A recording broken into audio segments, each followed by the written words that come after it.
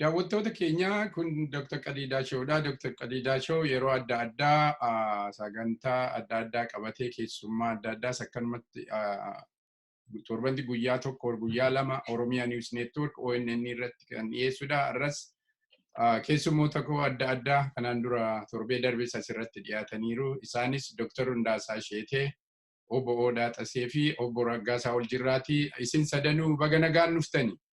Galatoomii bagana nu afeeru. Tole gaa sagantaa keenya kanaa calqabnu sagantaa har'aa kana calqabuudhaaf mee waanuma amma jiru gabaabsaati waan gidduu kana argitan mee waan haaraa daqiiqaa lama keessatti Dr. Rundassaa sirraan calqabaa. Torbee kana keessa waan ta'aa ture gabaabsiituma waan argite waan taajjabde tokko uummata keenyaa ibsa. Egaa torbee kana keessa har'a dabalatee jechaadha waan inni argee namooti hidhuu mana marsanii mana sakatta'uu karaa kafaa'oos karaa aba'oos onsuu fi miseensa hundaa hidhuu ONN jalaa hidhuu egaa kuni warra amma ammaatti hidhame kan akka Maanfilee Kaayyoo Fufaafaa Gadaa Gabbisaa Waaqoon Oolee isaan amma dhiyoo hidhaman Yaazoo Kabbadaa faa namni irraanfateera amma dasuu duulaa faatti dabalanii addunyaa keessoo Gadaa Bultii Taakkaleenyi Mardaasaa Boonsaa Hayiluufaa warra namni irraanfate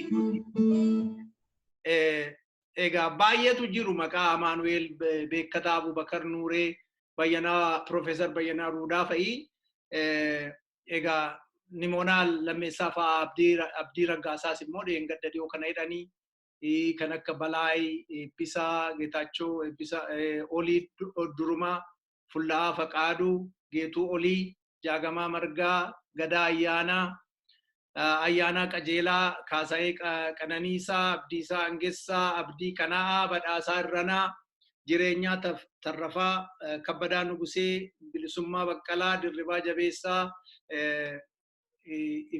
Iftiyoo Mul'ataa Caalchisaa Baay'isaa Abdataa Nimoonaa Amantee Mootii Fiqaaduu warra jedhaman baay'ee dhagaa kanaan argee kan biraa egaa ajjeechaanis ittuma fufee jira.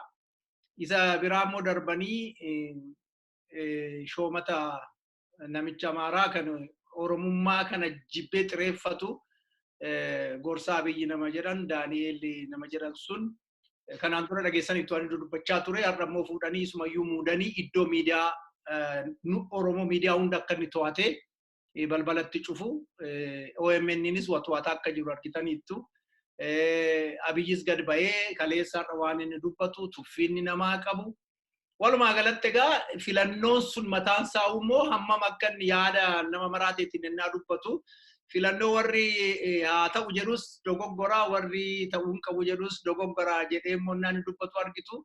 Kanaaf biyya maraate keessa jirramoo nutu maraate moo nu jechiisa torbeen kun mataan isaa raajiidha nama jechisiisa. Galatoomii Obbo Oaaa atis akkasuma. Bareeda galatoomii maqaalee hedduu Rundaasaan tuttuqee jira garuu kan inni arku torbaan kana keessatti keessaafuu torbaan lamaan dabre kana keessatti qabsoon bilisummaa Oromoo qaxxaamura addaa keessa gahuu isiitiin argaa jira. Kana keessa inni guddaan wa'aada galamee waliigaltee tahame diiguudhaan reverse goruudhaan haala ammaan tana biyya keessatti bal'inaan deemaa jiru kana itti jabeessuudhaatu mul'ata. Kana keessa akka waan maree Rundaasaan jee keessa kanneen hidhaman kanneen hiraarfaman sadarkaa ajjeefamallee warri gahanii fi roorroon adda addaa warri irra gahaa jiru miseensota adda bilisummaa Oromootii fi dhaaboota mormitoota hedduutu mul'ataa jira. Manni hidhaa isaanumaan guutee jira. Kana bira dabree command postiin yeroo ammaan tanaa kana keessatti naannoo Burraayyuu faatti illee declared tahee jira. Oromiyaan guututti command postii jala bulaa jirti jechuun numa danda'ama.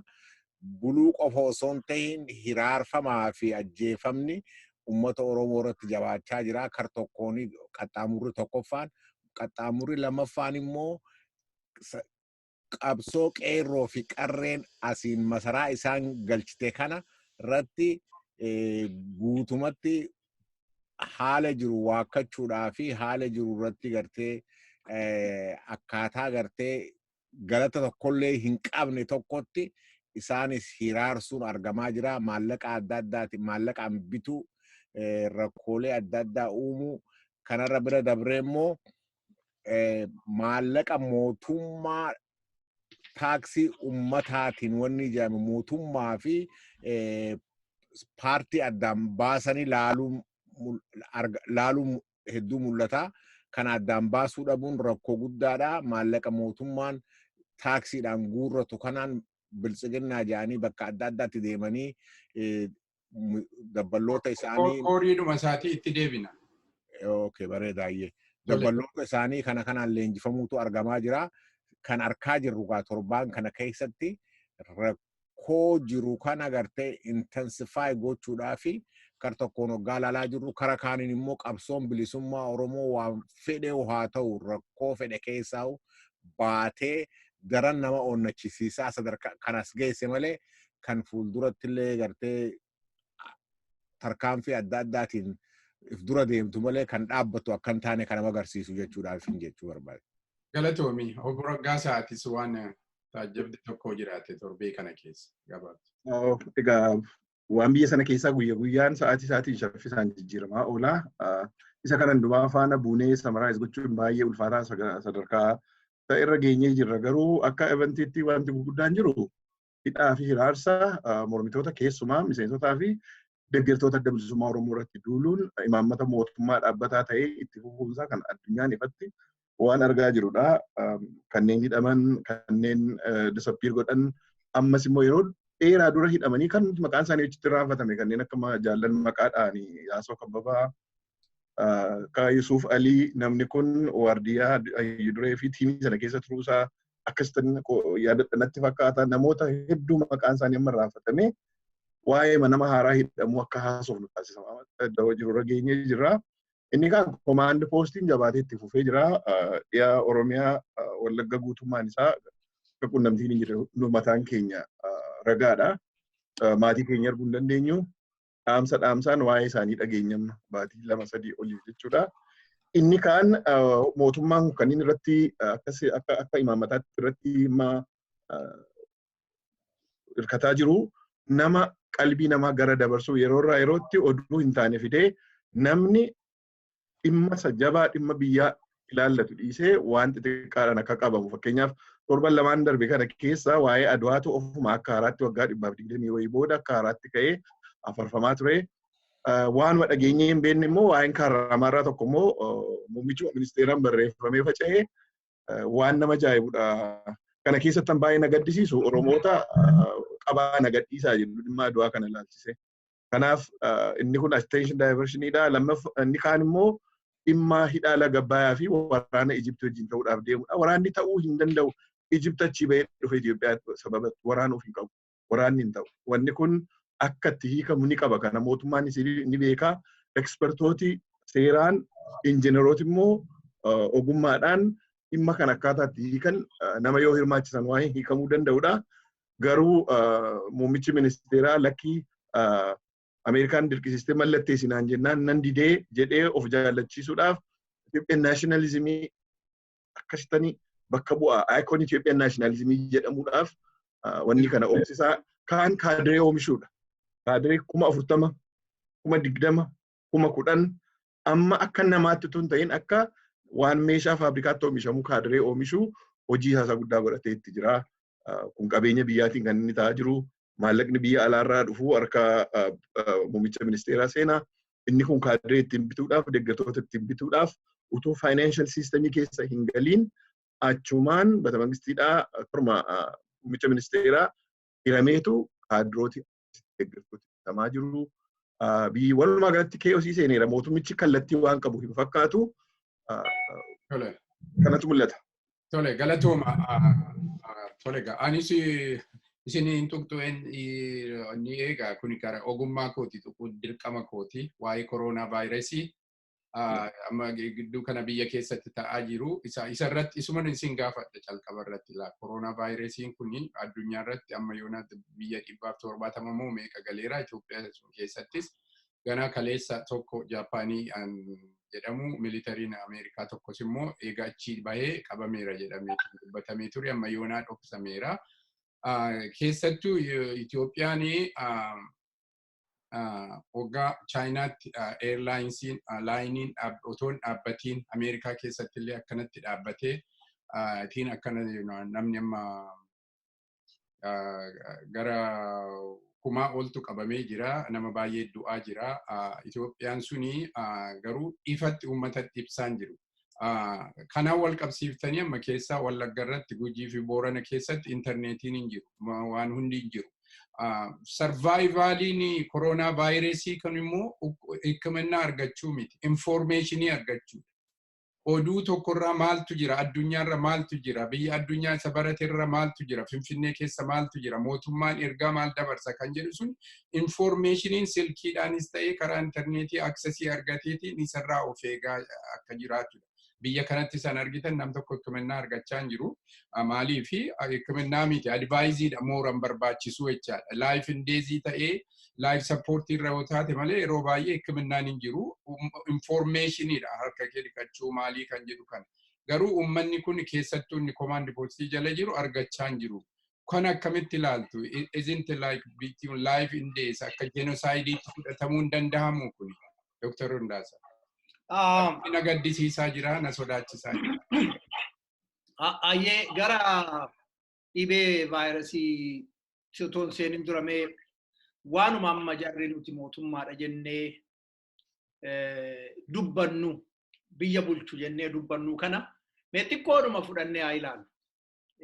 Fakkeenyaaf idduma biyyifaa aangootti dhufanii naannoo Amaaraa itti maaltu ta'aa ture yaadattu taanaan warrumti sila aangoorra jiran akkatti ajjeefaman akkatti isaan wal ajjeesan itti darbee immoo wanniin ijoollumti namnutti ka'ee dhaqee faabrikaa gubee hoteela gubee ennaa jedhu amma kan akka dhakaaffaa doktoroota reebanii ennaa ajjeesan ennaa midhaan saaman argitu.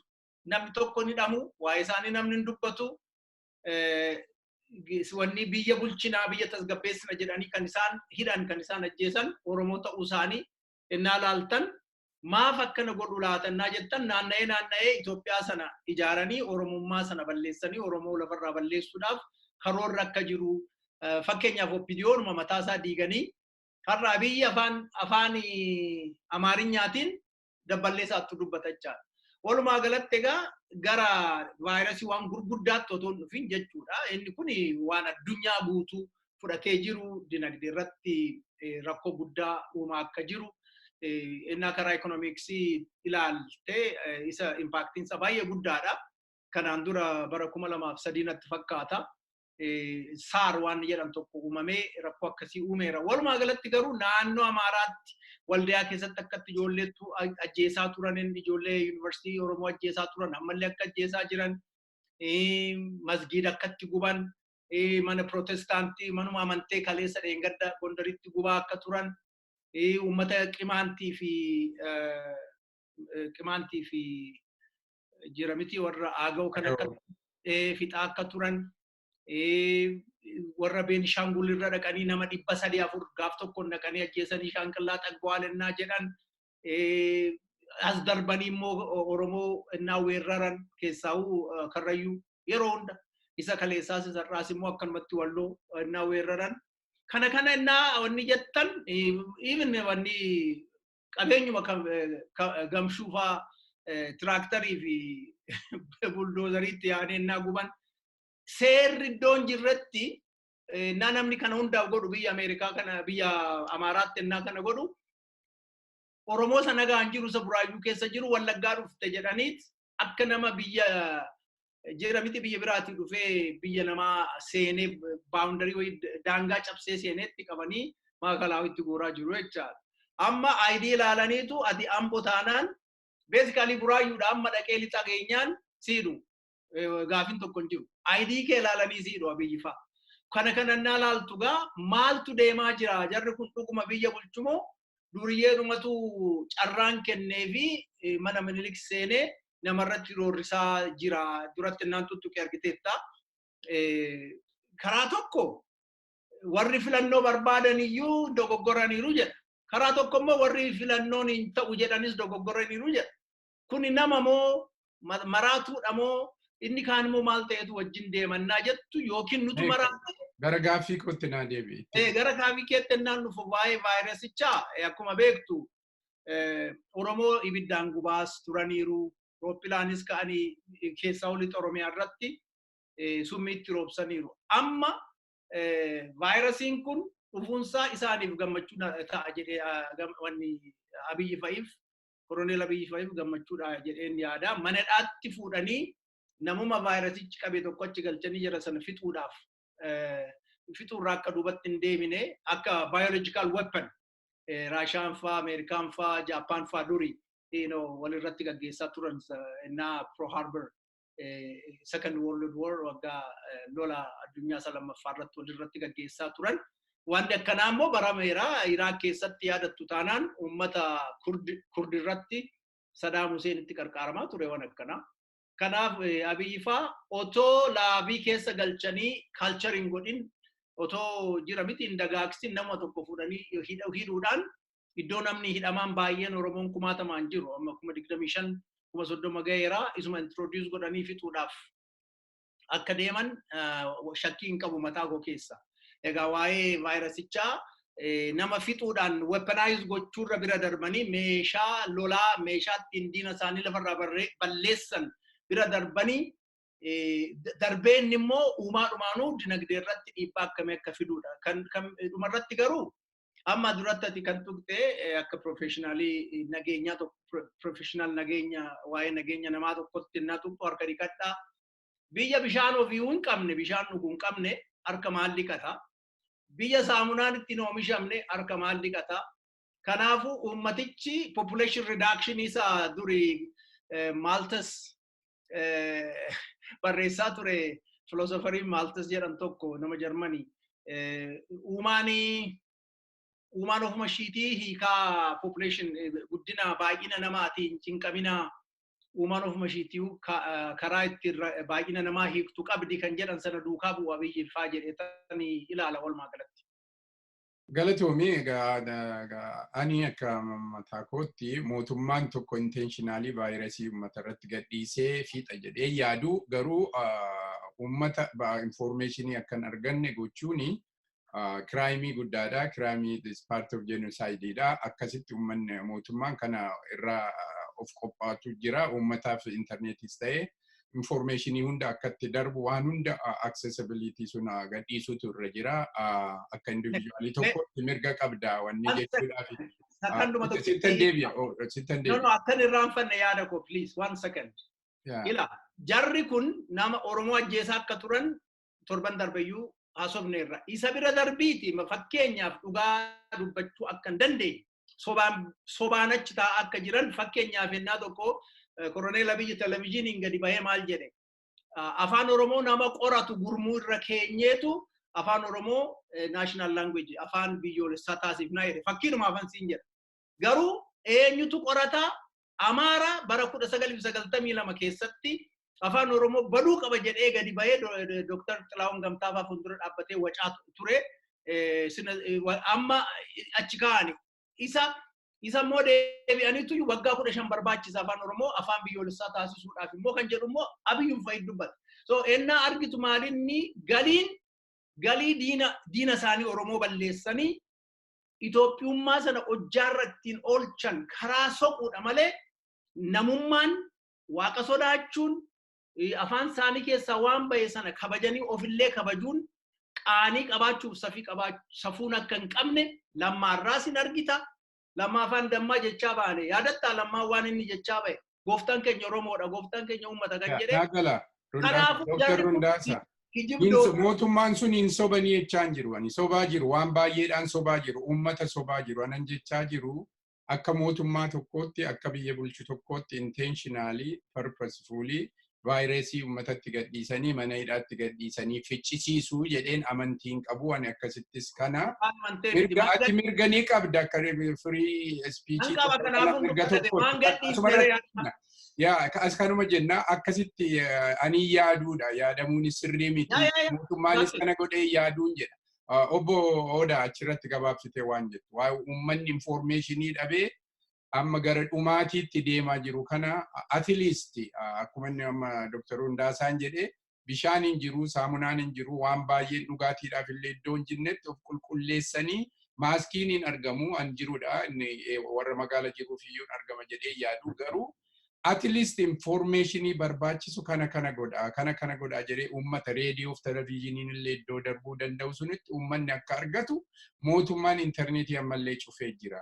Kun maal jechaadha garamitti deemsisa itti gaafatamummaa eenyutu itti gaafatamummaa keessa bahuu danda'aadha kun yaa sirriidha akkuma jettetti beektaa uummata odeessa guruu jechuun gorsa kannuu fi dhabuu jechuun haala keessaafuu gaaga'ama uummata irratti uumaa tokko irratti gorsa kannuu fi dhabuun akka uummanni if eeggatu godhuu dhabuun is a criminal wannummaan silaa mootummaa tokkorraa eeggamu keessaa tokko garuu jarri kun warra gartee ifiifuu nama fixuudhaatti gartee beekumsa qabu nama fixuurratti muuxannoo guddaa qabu kan fixaa qabatamaanis fixaa jiranidha tanaan duraa'u command post jaanii naannoo sanitti dhaabanii uummata karaa adda addaatiin fixaa akka jiran beekamaadha. Kun keessaafuu itti dabalame at least naturally waan ta'e qofa osoo hin ta'in waan gartee gaaga'ama addunyaa irratti dhufeedha amma nuti biyya alaa kanatti waan halkanii guyyaa waan akkana godhaa akkana ta'a jedhanii nu beeksisaa jiru akka uummanni itti eeguu dandeenyu irrattis beeksisaa jiru wanni kun akkuma ati jettetti waan gartee ittiin qabamtee dawaalee tokko itti argachuu dandeessu malee waan silaa gartee osoo hin qabaminiin if eeggumsaa waan irra guddaa irra aanuu dandeessudha.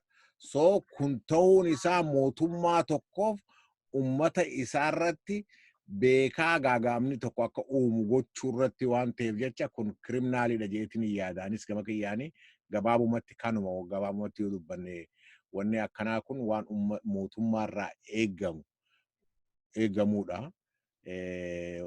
Keessaafuu miidiyaa cufuun tarii isaan waan barbaadan qaban ta'a akka gartee gaagaamni isaan uummatarra geessaa jiran kun akka bakka birootti hin dhaga'amnee fi akka uummanimmaan guutuun isaa dhaga'ee irratti hin kaane godhuudhaaf ta'uu ni mala. Haa ta'u malee the other side of the story yoo ilaalte uummanni immoo karaa adda addaatiin dhumaa jira. Keessaafuu hamma koronaa vaayirasiin kun yoo uummata san keessatti gartee kan abaqaalamu taate yookaan immoo kan dhufu yoo taate gaagaama hangama akka dhufe akka uummata kanarratti gahu tilmaamuun naman dhibu kan jedhuun qaba gabaabumatti kanuma. Galatoomii obbo Raggaasaa. Baay'een isaa jedhameera dhimma koronaa vaayirasii ilaalchisee kun international crisisdha.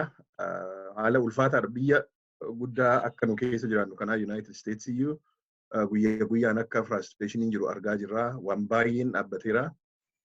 Akka biyya Itoophiyaa keessatti kan humni isaanii xiqqaa ta'e kana keessatti immoo uummatii fi mootummaan jaarmiyaaleen hundumtuu wal gargaaranii waan kana taaklii gochuu danda'utti ture. Badiin mootummaa inni guddaan tokko barsiisuu dhiisuu miidiyaa outletii jirtuyyuu cufuu informationii nama dhoowwachuutu badii isaati mootummaan malee biyya akka Itoophiyaa waan kana teknoolojii biraatiin dura dhaabbachuudhaaf humna isaatti hin qabu. Gama sanaa waan komannu hin qabnu informationii namaaf kennu nama barsiisu reediyoo fi televizyiniidhaan intarneetiidhaan sooshaal miidiyaa jiru hundumaa akka itti fayyadamee ummati kun akka odeeffannoo argatu isa biyya keessaa duwwaatu hin ta'in addunyaa maratti akka argatu gochuu danda'udha. Mootummaan isaanii guddaan waan biraadhaaf isaan komannu maaliif this is a national crisis, this is an international crisis hundi keenya keessa jira jechuudha waan nama sodaachisudha. Kaan gama ikoonomiitiin akkuma beektanii keereeriin guddaan karaa Afrikaa gara Chaayinaa deemu Itoophiyaan Airlinesidha. Kubbaaniyaan hundi biyya Itoophiyaa keessatti hanga ammaatti istaandardii addunyaa eeggatee jiraatu Itoophiyaan Airlinesidha. biyyooti baay'een chaayinaarraa filaayitii dhaabaniiru Ethiopian Airlines waan dhaabuuf deemu natti fakkaata. Sababiin isaa economic significance qaba. Absorbii gochuu hin danda'ani. Horii achirraa dhufu, revenue achirraa dhufu sana dhabnaan mootummaan sun crumble gochuu danda'a. Isa jedhurraa ka'an hin dhaabani, filaayitii hin dhaabani. Tokko silaa meejarii mootummaan sun fudhachuudhaan danda'u filaayitii sana dhaabuudha jechuudha. Inumayyuu har'a maalan dubbisa Ethiopian Airlines akka ibsa kenne tokkotti maal jedhaa lakkii nuti qulqullina kaabinii keenya, qulqullina xiyyaara keenya akka vaayirasiin tokkollee achi keessa hin jiraannetti xiyyaara keenya qulqulleessinaa kanaaf nurratti amanaa kan jedhudha. Ibsa akkasiidhaan argee guyyaa har'aa kana. Sana jechuun filaayitiin Ethiopian Airlines Chaayinaatti godhamutti fufaa jechuudha. Inni kuni balaa qaba gaa. Isa kana homaa gochuu hin dandeenyu. Murtee fudhataniiru. Utuu danda'ame filaayitiin Chaayinaattis dhaabbate biyya keenya sana gargaaruu danda'a jennee amanna. Utuu tiraafikiin Chaayinaa fi Itoophiyaa gidduu jiru yeroodhaaf utuu dhaabbate. Populationii akkatti uummati keenya jiraatu baay'ina uummataa qulqullina haayijinii biyya sanaa bishaan biyya hin jirretti namni akka garaa bishaan akka kan hin argan mana qulqullinaa baasruum as jennu mana fincaanii dhimma itti bahu gaashaa biyya hin qabne kana keessatti baay'ee nama yaaddessa hunda keenya yaaddessa. Vaayirasiin dhukkubni kun balaa biyya lafaa irratti dhufedha jedhee amanaa jira hundumtuu addunyaan guutuuni. Kanaaf sanyii namaa Oromoodha, Amaaraadhaaf, Tigreedha, Faranjiidha, Kambaataadha, Diyyaadha jedhu, Jarmaniidha, Faransaayidha jedhu nama hundumaa attaa godha. Kanaaf mootummaan kun ishee kanallee tasgabbaa'ee waan gochuudhaa danda'u akka mootummaatti waan humna isaatii ummata kana barsiisuu fi ummata kanarraa immoo odeeffannoo ugguruu dhaabuu itti jira yookaan kanan achi badii hamaadhaan itti gaafatamaadha. Kanuma kan nuti gama mootummaan koomannoo ummatti karaa koronaa vaayirasii infoormeeshinii dhoowwachuu isaati. Waa xiqqoo waa'ee vaayirasii kanarratti akkuma duratti tuqe ennaa SARS jedhamu suni innis Chaayinaadhumatti ka'ee yaadattu bara 2003. Ennaa sana GDP addunyaa gara biliyoonii 40 ji'a 7 keessatti gadi buuseera dhibeen sun. Sun maaliifi wanniidha global supply jira miti transakshinii addunyaa jidduu dedeemu tokko gadi siqsuudhaan wanni guddaadha taphate jechaadha. Maaliifin miin iddoo tokko dhufee iddoo tokkotti darbu konsamshinii adda addaa baay'ee jeeqee humni namaallee gara tokkorraa gara tokkotti deemee akkan hojjenne baay'ee dagassiksee garuu warri addunyaan kan akkamitti maaneej godhe amma Iraan faayoo argitan hin dhaaban akka isin jettan hundi isaanii jedhan. Even torban kan kaleessa gadi bahee Trump maal jedhee namni Ameerikaa Yuuroop naqu namni Yuuroop Ameerikaan dhufu ji'a tokkoof jedhee dhaabeera. Kan biraa intarastii baankiirraa gadi siqsanii ziirootti gadi siqsanii namni akka liqeeffate hojjechuu danda'u. Maaliifin global effectii qaba dinagdee irratti rakkoo guddaadha iyyuu wanni jedhaa. Kanaaf intarastii muran jecha. Karaa biraa horii ramadaniiru amma bajeta ramadaniiru warra hospitaala jiran warra akka health care maaloo kanaaf bajeta guddaadha ramadan jecha. Isa gorsa bira darbanii. Inni keenya ammamiyyuu ilmoo namaatiif cinqamuu ammamiyyuu namaaf yaaduu lakkisaan kan yaadan akkamitti aangoo irra turraadha. Amma gaagaataan hundumtuu dabballee leenjisuun ijoollee kuma 10 kuma 13 ji'aan leenjisanii baasuun. Just to give you an idea, naannoo Meettaa, Gindabarat, Jalduu, waltajjiiruma Oromiyaa naannoo sana kan ka'an Somaalee liyyuu xoor, Affaar liyyuu xoor, Amaaraa liyyuu xoortu ture kan ijoollee lagatti ittisaa ture. Loltuu waboo jecha. Har'a adda ijoollee sana leenjifatanii jara sana achi kaasaniiru. Ijoolleen Somaalee irraa dhufan sun kan Oromoo ajjeesaa turan naannoo Gindabarat Jalduu fi Meettaatti har'a ka'anii deemanii midhaan illee fidanitti kennaan turre. Maalinni yennaa argitan walitti diranii nama ajjeesisuudhaan wal ajjeesisuudhaan Somaalee irraa fidanii Oromoo ajjeesisuudhaan Gaambeellaa fidanii Oromoo ajjeesisuudhaan Anyuwaak irraa fidanii Oromoo ajjeesisuudhaan baalaansii uumanii Itoophiyaa sana dagaagsuu irratti karoorri kan xiyyaafatan. Kanaaf ganaa isa Ameerikaan hojjetu yookiin isa Xaaliyaaniin godhu isa British hojjechaa jiru kana hojjetu jettanii yaaduun sun of gowwoomsudha. Kanaan dura sinitti meen ture. Jarri vaayirasii keenya kaansarii keenya naan jedhu namni arrabsaa ture. Kaansariin keessuma kee ka'eetu Dr. Ibsaatiin beektaa akkatti inni dhagna nama nyaatu.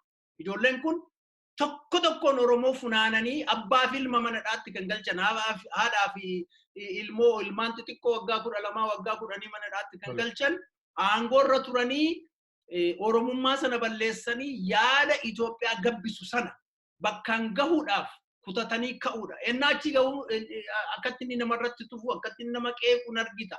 Biyya bulchitanii hin dhufna Rundaasaa hin dhufna. Toopikii keessan irratti konsentireetii godha waan hin gaafadhu. Ammas hin deebinaa sagantaan sitti dhufaa jira. Ammasii gamee ila filannootti dhufa deemaa jirra. Ji'a muraasatu hafe isa ammalaa filannoon otoo dhufaa jiru immoo miidiyaa adda addaa ugguramuu sakatta'amuutu jira. Akkasumas miseensonni dhaabbilee guddaa jedhan akka ABO fi akka KFO miseensonni isaanii hidhamaa jiru. Sakatta'amaa jiru, sodaachifamaa jiru, kaan immoo ajjeefamaa jiru. Garuu akkanatti otoo mootummaan ani mootummaadha ofiin jedhu warra mormuu danda'u warra gara dimokiraasiitti fiduu danda'u jedhamee yaadamuun keessattuu miliyoonii 50 ol kan ta'e uummata Oromoo akkanatti otoo dararanii akkanatti otoo sakatta'anii otoo hidhanii gara filannootti deemamuu danda'a kan jedhudha. Garuu isaan immoo filannoon ni godhamaa jedhu. Dr. Abiy har'amoo kaleessa kan dubbate keessa kilipii amma isinitti agarsiisa. Filannoo warri filannoon akka godhamu barbaadus nagaadhaan miti jedhe. Filannoo warri godhamu barbaadus immoo aangoo barbaadaniitii jedhe. Kam ta'uu danda'a? Lamaan keessaa tokko miti ta'uu kan danda'u. Filannoo godhamuu fi hin godhamiinii duwwaadha. Isaan iddoo kam jiru jechuudha. Just mee kilipii tokkoon isinitti agarsiisame.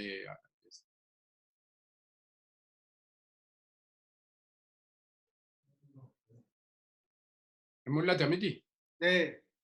ይላል በሌላ መንገድ አሁን የኢትዮጵያ ነባራዊ ሁኔታ ለምርጫ ስለማይፈቅድ ይዘግይ የሚሉ ኃይሎች አሉ። ሁለቱም የተገለጠና የተሸፈነ ኢንቴንሽን አላቸው። ኢምፕሊሲት እና ኤክስፕሊሲት የሆነ ኢንቴንሽን አላቸው። ግልጥ ያለ ሐሳብ አለም ያላቸው። አሁን ካልተደረገ የሚሉት ብልጽግና አልተደራጀም፣ በሁለት እግሩ አልቆመም፣ በግርግር ውስጥ ገፋ አድርገን ስልጣን ማግኘት እንችላለን ብሎ የሚያስቡ ኃይሎች ናቸው። በሌላ መንገድ አሁን ሰላማዊ ሁኔታ አልተፈጠረም፣ ምርጫው ባይካሄድ ይሻላል ደግሞ የሚሉት ምርጫ አይፈልጉም። እነሱ ስልጣን ነው የሚፈልጉት። ስለዚህ ምርጫው ካለፈ በኋላ ሌጂቲሜት መንግስት አይደለም የሽግግር መንግስት ይቋቋም ወይም ስልጣን እንጋራ የሚል ሐሳብ ያላቸው በተለያየ ጊዜም ብልጭ አድርገውታል። እንደምታስተውሉት የሽግግር መንግስት የሚል ሐሳብ ያላቸው ኃይሎች ምርጫ አያስፈልግም ባይ ናቸው። ምርጫ አይጠቅምም፣ እኛ አስገቡንና በጋራ መንግስት እንፍጠር። ዋናው መንግስት መሆን ነው እንጂ ምርጫ ምን ያደርጋል ነው። ምናልባት ብናስገባቸውና ቢገቡ በግምት ብዙዎቹ ወደፊት ምርጫ አያስፈልግም ሊሉ ይችላሉ። እነሱ ምርጫን የሚያነሱት የነሱ ስልጣን ከተረጋገጠ ጊዜ ድረስ ብቻ ነው እንጂ ታይምሊ እንደ ካልቸር መጠበቅ አለበት ከሚል ሐሳብ አይደለም። ሁለቱም ከቀና ዲሞክራሲን፣ ሰላምን፣ ብልጽግናን ግብ ያደረገና ለሀገር ለህዝብ በሚበጅ መንገድ ቢሆን ባልከፋ ነበር። ሁለቱም ግን ሴንተሩ ብልጽግናን ተዳክሟል ወይም አይለቅም ስልጣን፣ በሁለቱም መንገድ እንዴት ገፍተን እኛ ቦታ እንይዛለን በሚል ላይ የተንተራሰ ነው። ይሄ በጣም ጎጂ ነው። እኛ ምርጫው በጊዜው እንዲደረግ ስናስብ አንደኛ ሁላችሁም እንደምታዩት ተፈጥረን ወራት ሳይሞላ ሳንፈጠር በፊት በሂደት ላይ ያለ እሳቢያችንን በግልጽ መንገድ ሰንደን ለህዝብ አቅርበናል። ሁሉም ሰው አይቷል። ከተፈጠርን በኋላ አሁን ባያችሁ መንገድ በጣም በርካታ ሰነዶች መከላከያችን የሚደራጅበት፣ ፖሊስ የሚደራጅበት፣ የፌደራል ስርዓቱ የሚደራጅበት፣ ኢኮኖሚው፣ ፖለቲካው፣ ሶሻል አስፔክቱ በርካታ ጉዳዮች ከአጭርም ከረጅም ጊዜ አንፃር ተሰንደዋል። ይሄንን ከናንተ ጋር የተወያየን እያበሰልን እያጠራን እያዘመን መሄድ ይጠበቅብን እንደሆነ እንጂ የሐሳብ ደህንነት እንደሌለብን እናውቃለን። ብልጽግና የሐሳብ ደህንነት የሌለበት ፓርቲ ነው። ከፍተኛ የሐሳብ ራቸስ ቶት ያለው ፓርቲ ነው። ቶለጋ ኩኖ አርጊተኒቱ ኩናማም ዱጋዳ ማል ጀቱ ካምቱ ታው ደንዳ ኤኙ መኮዬ ጀዱ ማል ጀዱ Ela, I think Abiyyi isa duraatiifis dhugaa dubbachuusaa har'a na gammachiiseera. Honestly, waan sadii amma achirraa argita. Tokko isa leencoo baatiin faa, leencoo lataan faa otuma jaarmaan qabaatiin isaa wanni itti hirkatanii aangoo fudhachuudhaaf tattaafatan sana saaxile. Really isaanumayyuu nutti hirkataniitu aangoo argachuu barbaadu. Kanaafuu filannoon hin barbaachisu. Yoo biltsiginnaan kufte nuti sin kufna aangoo dhabna jedhaniitu na gorsuu jechuusaati. Kana ODF fa'i kan inni dubbatu. Diimaa, Nagahoo, Leencoo Lataa, Leencoo Baatii kana warra dhaqeetti galee. Biraanuu Naggaafaas. Jarri sun ama Biraanuu Naggaafaa paartii sin qabu. Minoritiidha biyya sana keessatti Oromoon yookiin Amaarri akka Tigreen harkaan baasneef hin beeka. Kanaafuu mee waliigalleetu asumaan sinitti hirkanneetu aangoo fudhannaa warra jedhan kana saaxila baasa. I really admire him. Dhugaa dubbachuudhaaf for the first time amma namchi kun dhugaa dubbachuusaan arge tokko jedhe. Lammaffaa isaan kaan immoo filannoon haa godhamuu warri jedhan immoo jedha amma achirratti egaa faallaadhuma kan saa'u kan deeme yoo filannoon godhame narraa fudhatu aangoo sanaa jedha. Argite? Kanaaf isaanis immoo tuquu barbaade garuu karaan ittiin tuqee wanni jedhu sun faallaa qaba ofiisaattu dhugaa hin qabu iddoo sanarratti. Sadaffaan garuu man inni preach gochaa jiru gartinni deemu yoo argitu federal structure diriirsine irraa kan faxaraachin bafitu toon uumamin idda uumamne yeroo gabaabduu keessatti sagantaa babbareedaa paartii biltsiginnaan idda uumame RDF ni lakkaawwamu OPDO ni lakkaawwamu inni biltsiginnaa taaneetuma idda uumamne yaada gaggaarii finneetu nuti yaada hiyyeessa yaadaa miti hiyyum mataan keenya hiyyeessa yaadaa miti mataan keenya beekaadha nuti hayyoota yeroo gabaabduu keessatti federal structurein akkamitti jiraachuu akka danda'u Itoophiyaan akkamitti ijaaramtuu akka dandeessu kana laalega iddoon an duratti dubbadhu sanatti nu deebi'ee jechaadha. Maal jechuu kooti Itoophiyaa jiraachisuudhaaf nutuyyuu beekumsa qabaa hiyyummaa beekumsaa rakkoo hin qabnu hunda'uu hin caallaa ishii nutti hirkattus kajeeltuudha. Jira miti allaattii raqa barbaadduudha ishiinis gatiin qabdu ishiyyuu hin barbaannu jedha. Warra immoo filannoon haa ta'u jedhee amma nurraa fudhachuudha deemu immoo isaaniyyuu immoo anna maaliif nuti hiyyeessa sammuu miti hiyyeessa yaadaa miti jedha. Garuu as garagalee egaa soba adda addaa kan argitu amma kaleessa immoo dheengaddanatti fakkaatannaa dubbatu nama kaasaniitu naannoon Xooxxooti nama kaasaniitu as gadi bahee በጣም አመሰግናችኋለሁ በፈቃዳችሁ መሬታችሁን ስለለቀቃችሁ ያ ፈዲ ከሰን ይለፈቀዲፍተን ገለቶማ ለሚወን ኮየ አርጊቴ ሶበከሲ ከናን ቀጣሙራን አንጎረ ወጋ ኩደን ከሮረ ወጋ ኩደን ይሰነረ ቱሩዳፍ ከደዱበታ ነብች ቶለ ኦቦ ኦዳ አጌሴታ አካምቱ ዱጋዳ ፊለኖ yogodame warri godhachuu barbaadu si sirri miti aangoo barbaadaniiti warri barbaadanii nu kuffisu an kuffisan se'aniiti jedha. Which one is a way lamaan keessaa tokko ta'uu turre jira miti garuu way filannoo dhiisu way jibbu way mormuun akkasi anama waan obbo Rundaasaan jechaa jiru kana wajjin sheerii godha waan inni wajji waliin gala inni guddaan garuu akka gartee ifiifuu filannoon ammaan tana godhamuu qabaa kan jee mormu waan ta'eef jecha gamasumatti ilaallee yoo dubbanne gaariidha. Warri godhamuun barbaadu jaamu yaada isaaniiti waan tasgabbii biyyaatii fi waan adda addaa waan dhiheessan qaban waan seensii godhuu qabaa jechuudha. Garuu amma inni warra gartee ifiifuu kar tokkoon immoo filannoon kun godhamuu qabaa jee dimokiraatik dirree walqixxaate uumne jee nama dubbatu tokko. Kanaaf wanni ragaan inni dhiyeesse sanadii adda addaa qabnaa kan jiru. Sanadii inni qabu san keessaa yookaan immoo qophii isaan qophaa'an keessaa kan himuu dide yookaan immoo bira kute humnaan ummata hiinee laamsheessinee akka taatetti wanta kana agartee qabachuu qabnaa kan jiru kana himate dhiise jechuu jala keessa. An akkana fakkaatutu wanni dhugubatti gartee argamaa jiru qabeenya mootummaa qabatanii sanadiin inni baanu gaatarii kanuma ta'a jechuudha. qabeenya mootummaa qabatanii bakka gartee silaa warri gartee mormitoota kun itti gahuu hin dandeenye gahuudhaan maallaqaan nama bitu nama hiraarsu dabballoota leenjifna jedhanii dabballoota leenjisuu kana yoo taate malee kaan immoo humna dabalatee yoo kan deeman yoo taate malee ifiifuu bakka sadarkaa sanitti gartee hiyyoomina gartee yaadaan qabnu kan jedhu kun mul'achaa hin jiru. Hiyyoomina yaadaati kan arkaa jiru angama kiyyaan. Maaliifi ummata humnaan bulchuu humnaan hiraarsanii gartee falmitoota gartee rakkoo irratti uumanii akka gartee tapha keessaa bahan godhu yaadu jechuun kun hiyyoomina mataati. Sammuutu waan isaan itti qophaa'an agarsiisaan jiru kun kana. Garuu asirratti osoo hin dabrin waa takka reefuun tana kan inni dubbachuu barbaade tokko jira asuma qabatidha. International crisis koronaa kanatti hin deebi'uu barbaade. Kanaas gartee gaafii ati gaafate waa'ee miidiyaa kanarratti waliin qabsiiseetiin waa ja'a. International crisis kanarratti ammaan tana kan hubamaa jiru dhugumatti yoo biyyattii san keessatti kan babal'atee deemu taate eenyu jennee yoo laalle tokkoffaan Oromoodha. Command postiidhaan kan bulaa jiru Oromoodha. Kan miidiyaanis irraa citee jiru odeessaa harkachaa hin jirre Oromoodha. Kaan argachaatuma jira. Yoo isaanuu gartee baasanii kan dubbatan taate jechumaaf hin siinje. Kanaaf kiraayisisii intarnaashinaal ta'e kanarratti gartee uummanni Oromoodha akka daran hubatamu beekamuu qaba kan jiru kana dhaamsaan dabarsuu barbaada.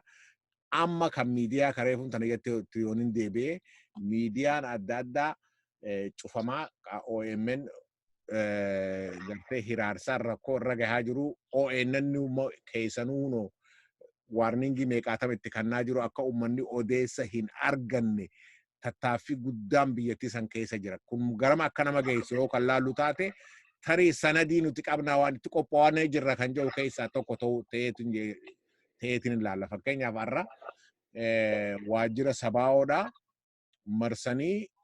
marsanii jiran kan jiru jira. Eenyu akka hidhan maalirra akka gahan hin beekamne hanga ammaatti garuu kun maal garsiisaa odeessa silaa akka mootummatti ummataa dabarsuu qofa osoo hin ta'in kanuma jiruu akka Oromoon hin arganne irratti ugguraa jiru jechuudha. Kanaafuu rakkoo guddaa ummata Oromoo irratti kan fidu jechuudha yaada gama kiyyaanii kaan Rundaasaan dubbatee jira. Amma dirree walqixaa dimokiraatik karaa taheen gartee filmaanni kun gaggeeffamaa kan jiru kun shakkii guddaa kan irratti uumaa jiru tokko abiyyuu mataa isaati jeetiin yaada gama kiyyaanii. Maaliifi hojiin isaanii faallaasanii akka ta'e arkaa jirra.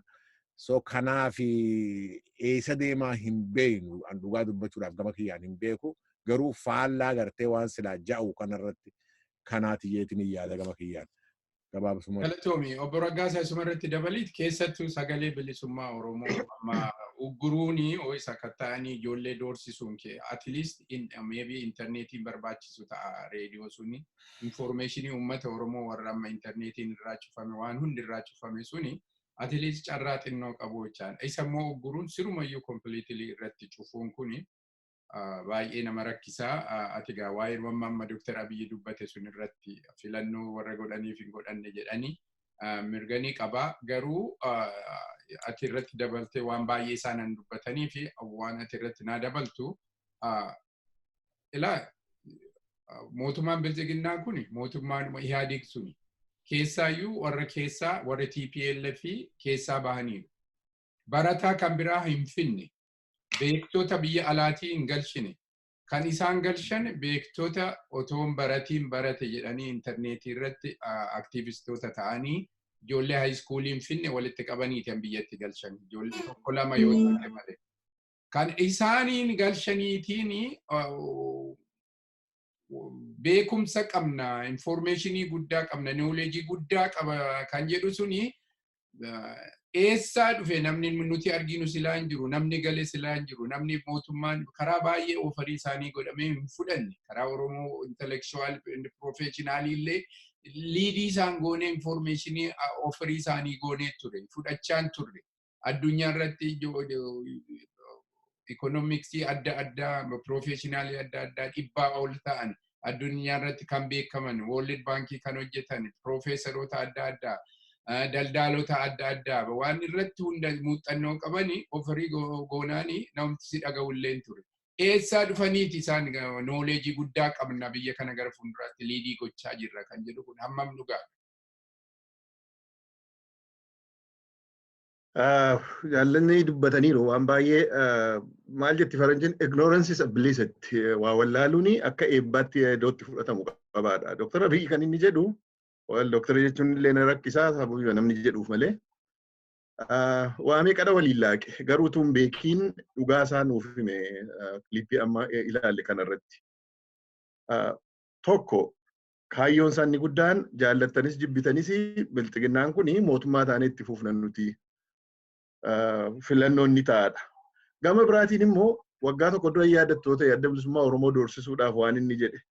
በሶስት ወር ውስጥ መንግስት ይሆናል ማለት ቅዠት ነው ሄደ አባወጣኝ ሄደ አባው ዋን ከና እዶት ዱበቴስ እዶት ዋን ከሲ አኬከስ ይንቀቡ እንዲከኛ ዋን ቤን አማ ዋንቲ ታአጅሩ ብልጽግና ዋን ይጀደሙ ፓርቲ ኢንሳ አርከት በዳ ሰበብ ይጅሩ ፊ ገምተኮን ፍራስትሬሽን ይሳላ ዱበተ ይሄ ኢምበርባቺሶ ፊለኖኒ ኦ ፊለኖን ተኤ ወራ ናሽናሊስት ኤክስትሪም ናሽናሊስት ፎርስስ ይቱሞ ኦሪጂናል ኖረከ ብራኑ ነጋፋ Lakki asuma keessaati mootummaa keessaa gam tokko bakka nuu kenniiti mootummaa kana akka hojiitti establishment kanatti fuufna warri jedhan jiru.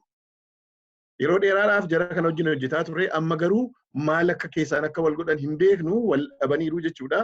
Tokko isaan kanaani kan inni jedhu. Inni lammataa biltsiginnaani disarree irra jirti akka gaariitti miilli ishee lafa hin qabanne sababii ta'eef filannoo kanaanii immoona in ariina warri jedhanis immoo jiru.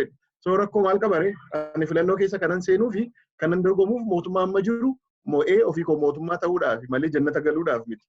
Maaliif inni kun akka isa dinqisiise inni dhibeera ni lammataa.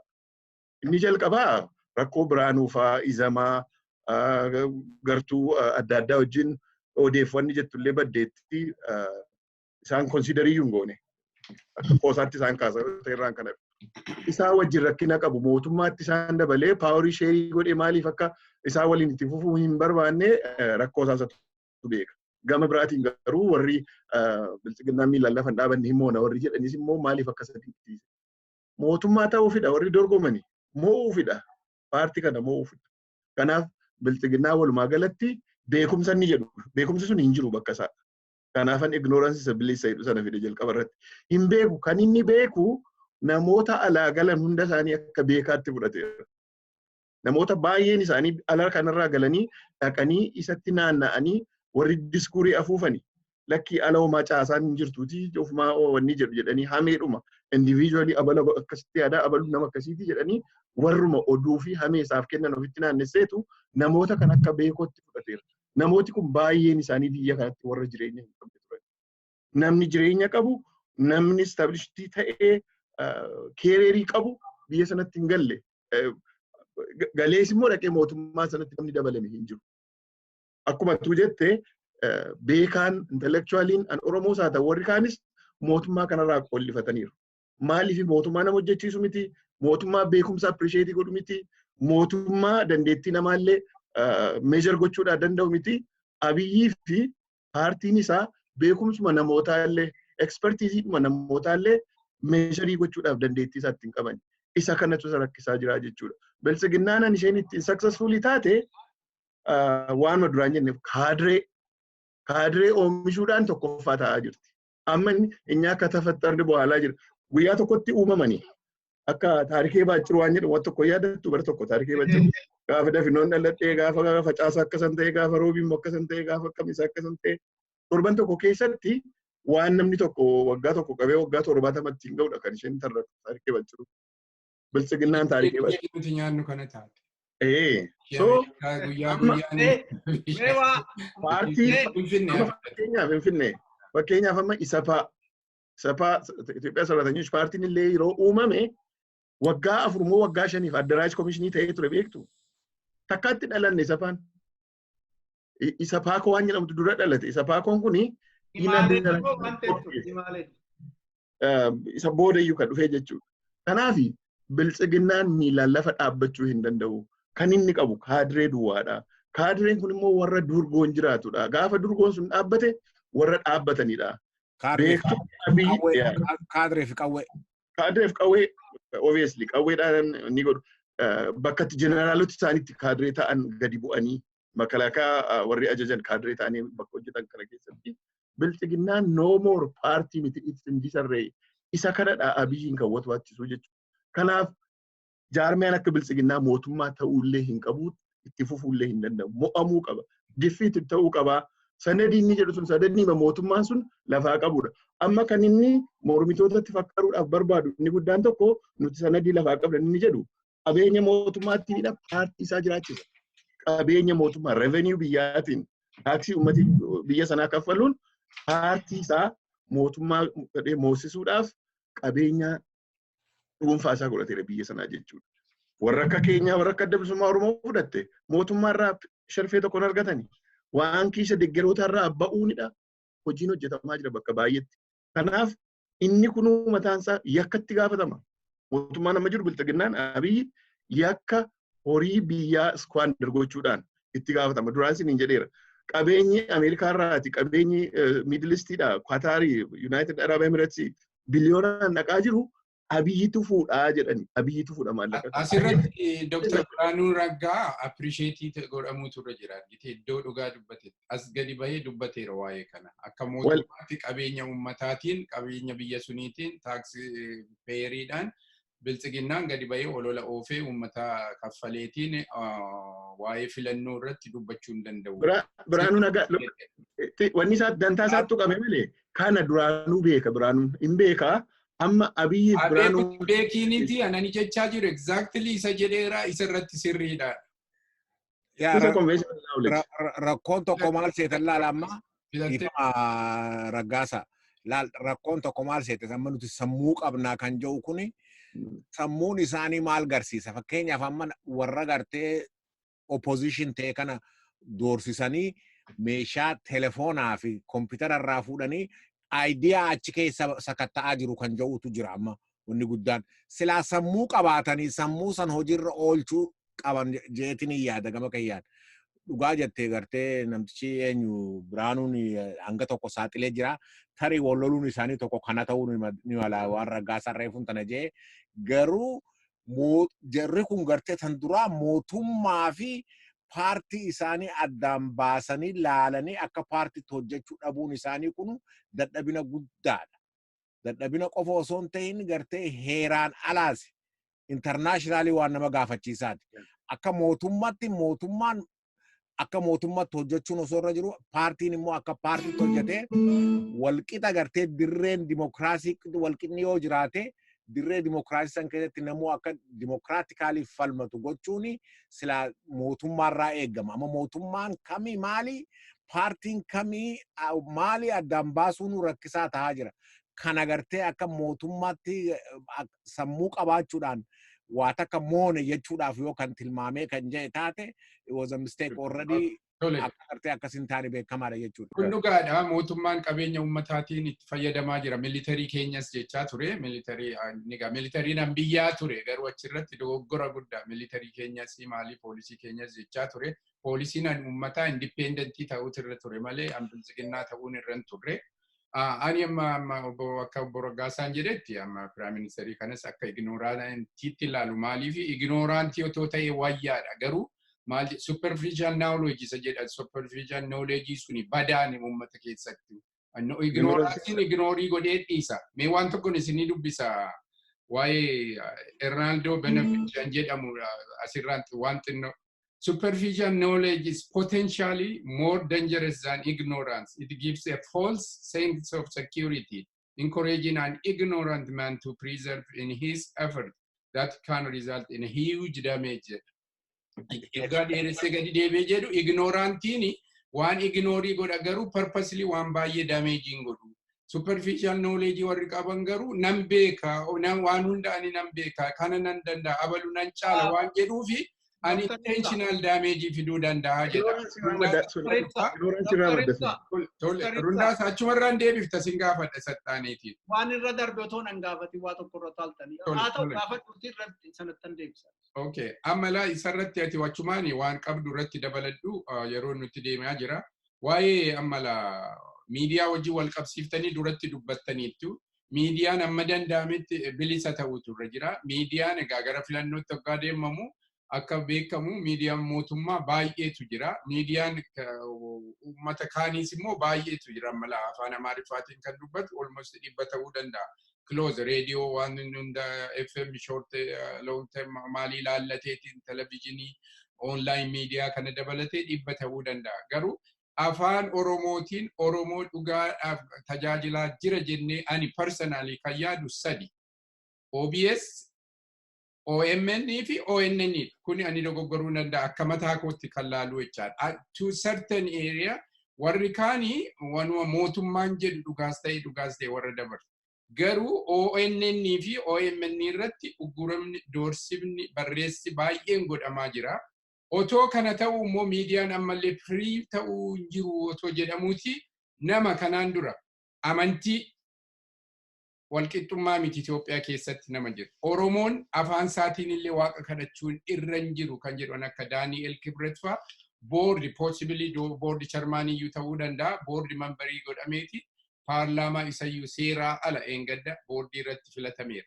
Mee amma isa irratti waan otoo naan deebisiin waan Daani'el Kibret kanaan dura jedhe tokko naan isin dhaggeeffachiisa gabaabaa.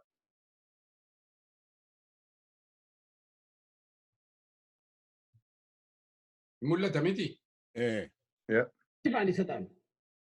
ሽፋን እንደውም ዋና ሽፋን ሲሰጥ የነበረ ድሬዳዋ ሀገረ ስብከት ውስጥ የነበረ ሰው እዚህ አትላንታ መጥቷል ሲሉ እዚህ አትላንታ መጥቷል። እንደውም እዚህ ቤተክርስቲያን መጥቶ ዘምሯል ነው ያሉት። እዚህ መጥቶ በኦሮሞኛ ዘምሯል ሲሉ ነበር። ድሬዳዋን ቤተክርስቲያን ያስመጣ ሰው ነው። የበለው ብቻ በኦሮሞኛ እንደዘመረ ነግሮኛል። እኔ እንደው በቤተክርስቲያኒቱም አስተምሮ የሚያምን ሁሉ አይመስለኝም። እንደውም እዚህ ሀገር እኮ የኦሮሞዎች ተጨቁነናልና የኦርቶዶክስ የኦሮሞ ቤተክርስቲያን መመስረት አለብን የሚል አቋም ያለው ሰው ተገንጥለን በቃ የራሳችን መመስረት አለብን የሚል አቋም ያለው ሰው እንዴት መጥቶ እዚህ እንደዘመረ መድኃኒዓለም መቼም ምንም ማያውቁት ሀገር ሄዶ አንጥፍልኛ ለሚባለው ተረት ሁሌ ነው የሚሰራ። nama akkanatti boordiitti filatame akkana akkam jettu garamitti deemaa jirra Dr. Rundassaa. Nammanna Odaanis Raggaasaanis atis dubbattan wanti mataa keessan deemaa ture wanniini Abiy Ahmed akkuma barasaatti akkuma bakkeessaatti qaroo ta'uusaa qaroo kaadiree araadaa keessaa immoo araadaa ishii caattara Jimmaa Safari warra Taklaayimaanoot markaatoo keessa ijoollee deeman si gurguranii galu. Abiy akkasi araadaa. Inni mee amma kilippiisa kan qeessichaa dhiisii sana dura kan nu argisiifte irratti maal jedha see? Legitimacy jedha. Legitimacy jechuun seera qabeessummaadhaan aangootti cehuu jechuudha. Yaadattu taanaan naannoo addunyaa guututti EPRDF'n yookiin immoo paartiin TPLF uumte sun Ihaadeginni jedhamu sun kan qeeqamaa ture. Yeroo lama moo yeroo sadii inni tokko 96 tuqaa jaamoo 99 tuqaa jaamoo ati yaadattu. Namni baay'eetti kolfaa ture addunyaa guutuun kolfaa turan. Even dubartiin eenyushiin state department Susan Rice. iyyuu kan akka baay'ee TPLF defend gochaa turte utubaa turte maayii kolfaa dubbattee iyyuu CNN irratti. Beekamoo ta'e sila 96.9 naa jettu kukummaadhaa dubbachaa turte. Sun legitimate karaa seera qabeessan wayyaaneen filannoo mo'achaa kan turre Abiyyi keessa ture hin beekaacha. Karaa biraa immoo isa dhumatti immoo gara dhuma isaanii irratti immoo dhibbaan mo'an. Miti dhibba 100%. Namni tokkollee Oromiyaa keessatti lixaa ta'uu kaaba kibba waltajjii Oromootti namni moo'ee akka hin jirre barcuma tokkollee mo'achuu akka hin jirre akkanatti mo'an. Abiyyi kanan beeka legitimacy miti. So handhuurri the core issue dubbiin nama dubbate irratti ijoon dubbii inni irratti xiyyeeffatee dubbatu maalinni filannoo otoon godhini hin turru yoo turre illegitimate taana seera dhabeettiidha nuun jedhu kan jedhudha rakkoonsa tokko.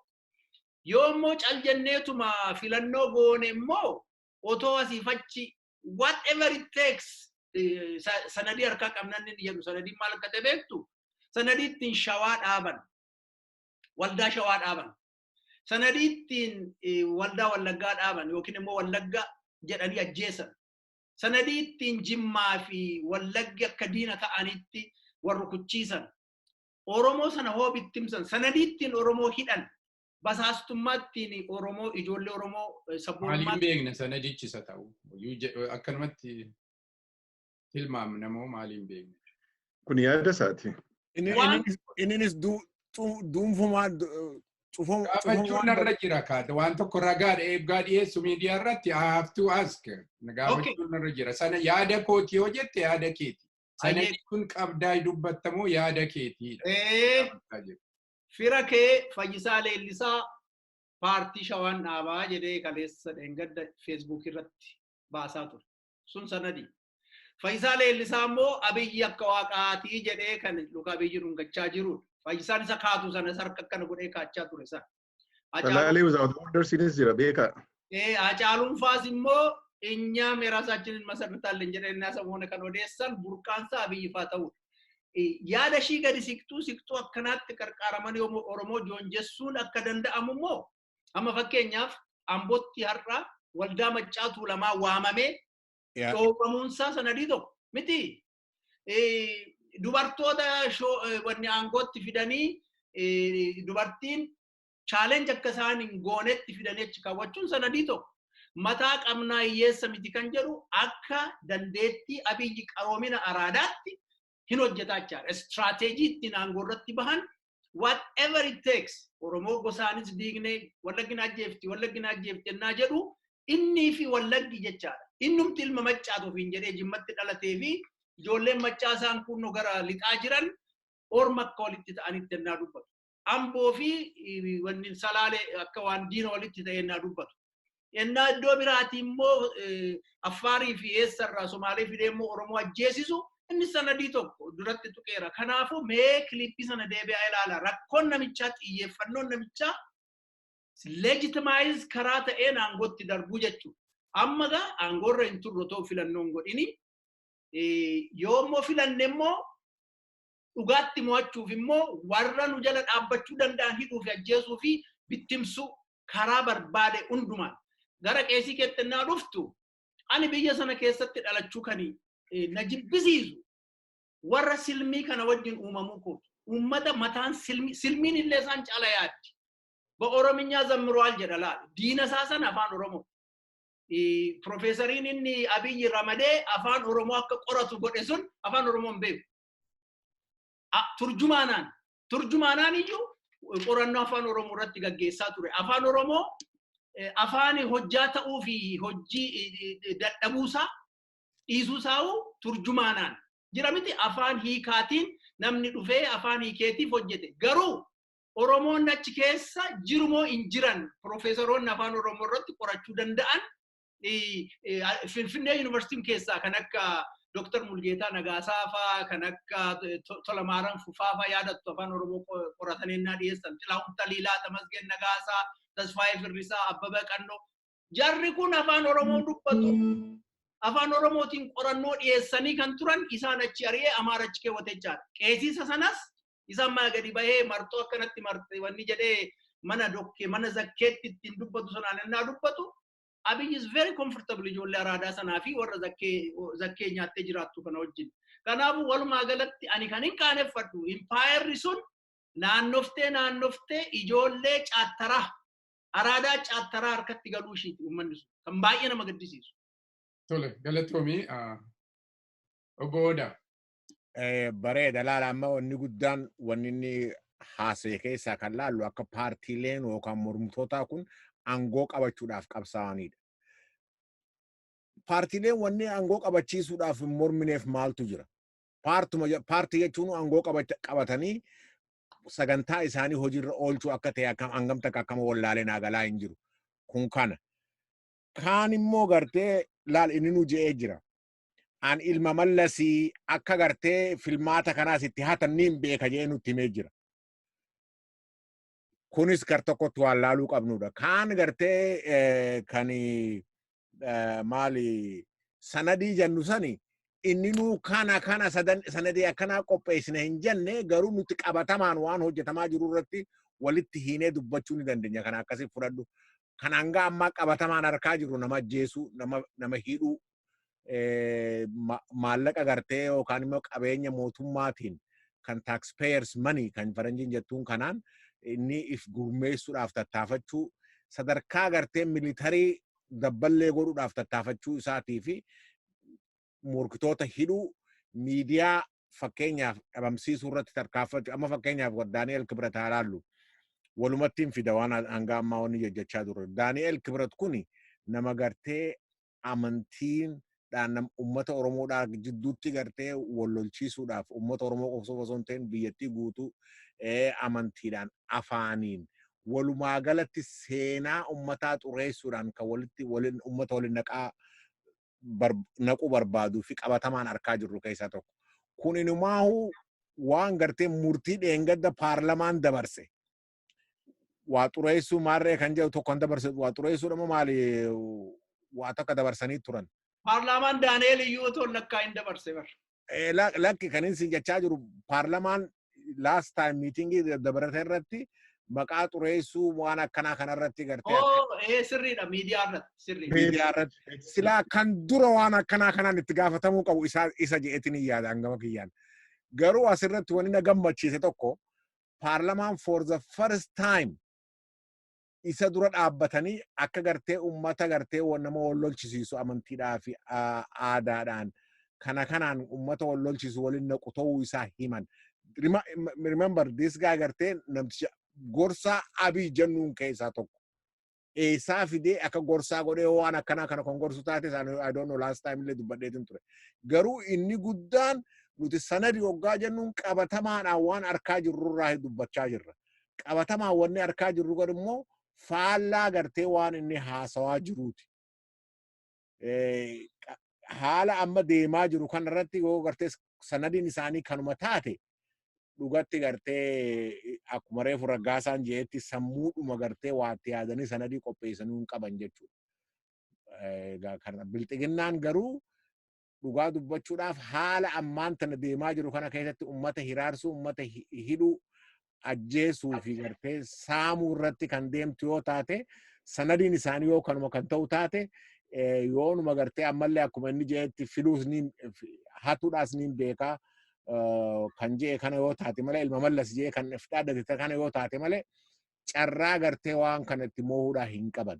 Carraan isaan itti moohuudhaaf saganteeffatan inni guddaan dhiyeenya kana waan miidiyaa irratti waa dubbisaatiin ture akka gartee inni hedduu yaaddoon itti dhufee nuti hin filamnu yoo filamuu irratti rakkoo qabnaa yoo akkas akka hin taane kan barbaadan taate nama biroo barbaada nama biroo fudhadhaa kan jedhu tokko asirratti mamaxxanaa ture miidiyaa irratti.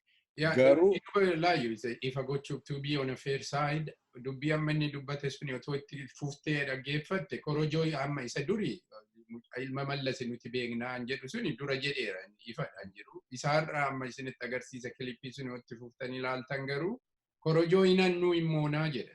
Korojoo hatuun nu immoonaa jedha achirratti. Bareeda. Amma akkas haa jiru waan inni tanaan dura jechaa ture wajjin waliif fidaa jira kan ammaa miti. Korojoo hin hannuu gartee amma immoo sanadiin isaa immoo korojoo kan hatuudhaaf deemuu nama agarsiisa.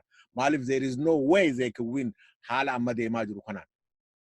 Kun maal nama agarsiisa korojoodhuma hatuudha malee filmaanni biroo kan qabnetti nama agarsiisa jechuudha. Sanuugaa amma 100%dhaan jaanii yoo kan deeman taate malee hin danda'amu. So kanarratti qabsoon bilisummaa Oromoo reefuun tana gaggaa jalqaba irratti wanni jechaa jirru keessaafuu carraan uummata Oromoodhaa qaxxaamura addaarra gahaa jirti kan hin jajjeef kanaaf. Kungaa tokko qabsoon kuni yookaan immoo fedhiin uummata Oromoodhaa guutumatti akka guutamutti uummanni Oromoodhaa bahee abbaa barbaade filachuu sadarkaa hundatti yookaan immoo rakkoon tanaan dura 1992 ummata Oromoo irratti fi qabsoo bilisummaa Oromoo irratti uumame san dabalamee biyyattii san tasgabbii guutumatti dhorkuu kan jiru irratti nama geessa jeetiin yaada gama hiyyaan isin rifin gabaasa. Galatoomi obbo Raggaasaa Titsigaa Yeah. baay'ee fixaniiru. Baay'ee isaa fixaniiru garuu kan Dr. Rundaasaan jedhe Abiyyi smartiidha isa jedhani diffeering godha. Street smartiidha. Waanuma ijoolleen duriyyee dhaga'uudhaaf jaallatanidha kan inni dubbatu. Kanaaf amma ta'e gurra namaa atiraaktii godha smartii of fakkeessuuf. Garuu waan inni gochaa jiru kan irraa dubbataa jirru akka nama ummata miliyoona 100 ol biyya bulchuutti akkasitti tun ta'in kan inni yaadu akka ijoollee karaarraattidha kan inni yaadu. Isadha kan nu yaaddessu. Wanti inni ijaaraa jiru kun bilxiginnaan ni jedhu kun gara fuulduraatti immoo bilxiginnaa mootummaa legitimate ta'e godhee waggaa 10 waggaa 20 bituudhaa fi abjuun itti jiru kuni biyya kana balleessa. It's a house of cards. Namoota inni ittiin of naannessee jiru amma ijoollee atileetiif sirbitoota amma maqaa dhootani. Faayisaa Leellisaa. Namni kuni symbolic interactionism kan jedhu harkisaa suni dhimma Oromoo addunyaa irratti beeksisee contributionii guddaa qaba waan mucaan kun godhe. Mucaan kun garuu ani ni danda'u atileetiidhaan fiiga malee beekumsa adda biraan qabu. He barely reads and writes mucaan kun. Politika complicated ta'e kana hubachuu turuuti jechuudha. Yeroo inni miidiyaatti ba'ee nan gaabbee Oromoon wal nyaata ta'uutuun beekee wareegaman kaffalu jedhe. Wareegaman kaffalle waan gaarii godheera. Waan godhe sanaanis immoo Oromoos mul'isee ofiisaas addunyaa irratti famasii ta'e actually promote of godhe malee wareegama isa xiqqeessu hin kaffalle ture. Amma paartii naannoo kanaan dhaaban inni jedhu inni sun ignorance irraa madda. Ijoolleen kun guyyaa tokko lama bita mangistiitti yeroo affeeramanii waan waaqatti dhiyaatan itti fakkaata. Isa duwwaa miti mucaan kun barnoota dheeraa hin qabu hin beekne. Warri Abiyyiin gorsan keessaa warri maddamarii barsiisan Dr. Biraanuu Magarsaa Leenjisoo Gurbaan jedhamu Salaalee without borders artikiliitti barreessee facaasaa nama turetu amma immoo maddamarii barsiisee wannidha jechuudha. There are so many things Abiyyitti naanna'anii warri jiran. Kanaaf Abiyyi adeemsi isaa kun biyya balleessaa. Sanadii inni jedhu kun akkuma duraan jenne sanadii ittiin dabballee oomishan, sanadii ittiin waa hatan, sanadii ittiin nama sobanii fi namoota dadhaboo funaananii ofitti naannisanidha. Ijoolleen sirbitootaa fi ijoolleen atileetotaa maaltu isaan galche politikaa keessa hin beekan. They can't understand this. Intellectually biyya sanaa Abiyyi irraa qoollifatee duubatti deebi'aa jira. Kanaaf ijoollee istiriitii irraa sassaabee mootummaa uumuudhaaf sanadiin ni tolfate waa tokko illee hin jiru. Akkuma Dr. Rundaasaan jedhe akkaataatti ijoollee yeroodhaaf ijoollee nama arrabsitu ijoollee ganda gandaan jirtee obbolaaniif obbolaan ollaaf ollaa walitti naqxu warra akkasiidha kan inni sanadiin ni jedhu sanadha. Inni kaan immoo mootummaan kun mootummaan Itoophiyaa mootummaa bara dheeraa tureerudha. Waan ittiin biyya bulchan baay'een isaa lafa jira. Waan Abiyyi fidatu hin ta'in wayyaaneen kan mangistuudhaa fudhate qabaa, mangistuun kan Haayile Sillaasee irraa fudhate qabaa. Inni immoo waan tokko waan barreesse tokkicha hin qabu. Ofuma as ba'ee bilaafi gochuudhaa kan dhabe. Inni kaan hate speech issue namicha xanqwaayii kana Daani'eel Kibret. Daani'eel Kibret kiliippiin kun hate speechidha. በኦሮምኛ እዚህ መጥቶ ዘምሯል። መጋላ አትላንታ ኦርቶዶክስ ቸርች አትላንታ ጅሩቲ ኦሮሞን tokko dhufe waaqayyo kadhate maali cubbuun isaa maadha wanjalli isaa moo isuma dur amananii maqaa keenya sanaan oromoon bataskaana hin galu yoo oromoon bataskaana galee araamuudha isa jedhan sana isa sana waggaa meeqa booda deebisee Ameerikaa walakkaa magaalaa Atlaantaa dhaabatee nama jedhutu nurratti poolisii baasee ummata keenya irratti maammata baasee ummata keenya direction itti Oromoon ittiin konkwerdii ta'u Abiyyi nama citaa'ee gorsu kana ifatti nutti himaa jira Abiyyi Ahmed Oromootti himaa jira. Isa kana Oromoon kan inni qalbeeffachuu qabu seera gorsa Daani'eel Kibretiin taanaan Oromoon badeera. Hate speeching kana caalu hin jiru. Amma mucaan tokko dheengadda Adaamaatti mucaan dargaggoon tokko waa jette Oromoo malee fuudhinaan heeruminaani dhugaadha namni jaalalli seera mootummaan hin deemu. Uumama namaati abbaan barbaade jaallachuu danda'a mirga isaatii. Garuu mucayyoon maaliif kana jette? Maaliif iddoo kana geenye jedhanii of gaafachuurraa mucayyoo kana doorsisuu, OMN doorsisuu, miidiyaa Oromoo doorsisuu, nama hidhuu isa kanatti kan isaan riizoortii godhanii namoota galagalanii in ilaalle ta'uu isaanii mul'isuu isaati sababii ta'eef ishuun Daani'eel Kibret ammallee uummata keenya polarize godhee rakkoon karaa kanaa dhufu rakkoo iddoo tokko lamatti dhaabbatu miti. Vooti paarlaamaan biyya sanaa yeroo jalqabaatiif ifatti kan inni noominii piraayim ministeerii dura dhaabbate Seenaa waggaa 30 keessatti kun isa jalqabaati. Kun progresii tokkodha jedhee yaada. Amma Daani'el akka lakkoofsa maatimaatiksii sanaa akka maatimaatiksii abbaa duulaa akka hin taane malee Daani'el Kibret wanni dhumattiin boordii miidiyaa Ethiopian Broadcasting Corporation ta'u tokko illee hin qabu. Maajoritiin dideera. Kan yaadan kenniin jiru. Yeroo baay'ee warri yaada hin kennine warra mormetti dabalama. Kun normiidha. Paarlaamaa tokko keessatti yookaan immoo majority minority votii keessatti. Daani'el Kibret is a menace. He is a menace. Oromoo akka jibbuu fi afaan Oromoo fi aadaa Oromoo sanyii Oromoo akka jibbu ifatti baasee mana waaqaa isa jedhu sayyuu. Bawwara minyaa zammiroo al jedha. So maal qaba? Hin barbaachisu Oromoon hin barbaachisu iddoo kanatti hin barbaachisu akka saabjektiitti malee citizen ta'ee jiraachuu hin danda'uudha kan inni jedhu. Kana kan inni Abiyyi hin gorsus. Abiyyi immoo baay'ee dubbateera torban 2-3 dura waan inni hojjetu anaaf naa ta'eera isinii dura dhaabbachuu dandeessu anaaf garuu naa ta'eera jedhee deeggarsa Daani'el Kibretiif qabuu fi hojii gaarii hojjechaa akka inni jiru qotaman keessatti baay'ee ragaa baay'eeraaf. Kanaaf there is no hope. Abiyyi smartii miti. Abiyyi amma isaan definition ignorance fi smartness waa superficially ta'uun kan inni raamaddu ignorant ta'uu raamadda. Namni beekuu dhabuu isaa beekuutu beekumsaa jedhu. Malee ani waan hundumaa nan beeka waan jedhe I'm too ignorant. Beekuu danda'u beekumsi limitii hin qabu. Mee waan jedha dhiifama ilaa. Tole ilaa Rundassaa wanti irratti dhumadha kuni dhuma irratti amma ergaa dhumaa hin qabdu dabalataa isa irratti amma laayyu waa'ee bilisummaa intala OMN irratti baatee waa'ee heerumaa fuudhaa dubbatte suni tokkoffaan ergaa keechuma irratti hundi keessanii suma irratti dubbattu. Raggaasaan illee jedhe. Ilaa amma tokkoffaa waa'ee OMN sun wanti sun laayifii darbaa ture. Laayifii seera addunyaa irratti laayifii yoo dabarsite yoo dandeesse hin dhaabda malee isa darbe suni miidiyaan sun ittiin gaafatamu. Laayifii uummata uggusuma darbaa jira. You don't have any control. Biyya free jedhamee nagaadhaan irratti dubbatamu kanarratti laayifii dabarsite akkasi jedhanii miidiyaa sunis doorsisuun irra hin jiru. Duruma karaa irra jiru jechaadha. OMN cufsiisuu fi jechaadha. Mirga shii miti. Abaluun fuudhiina, abaluun fuudha, abaluun godhiina jechuun mirga shii miti. Kun akka guddaatti fudhatamee mucayyoo kana doorsisuu maaf barbaachise? Waan kana caala jechaa oolu miti miidiyaa irratti bahaniiti. Miidiyaa isaati irratti bahanii, Asraa TV irratti bahanii waan baay'ee jechaan turre. Waan kana caala hoggaa buraayyuutti uummanni ajjeefamu sun abaluutu godhe otoo ragaan qabaatiin jechaan turamne. Maaf hoggaan Oromoo waa'ee OMN fi ONN irratti dhiyaatu waan guddaa ta'a. Kanuma jedhu. Ela argitanii kaayyoon Abiyyi faa kaayyoon gurmuun maangoorra jiru maal akka ta'e yoo beekne gaafii kana waliin gaafan.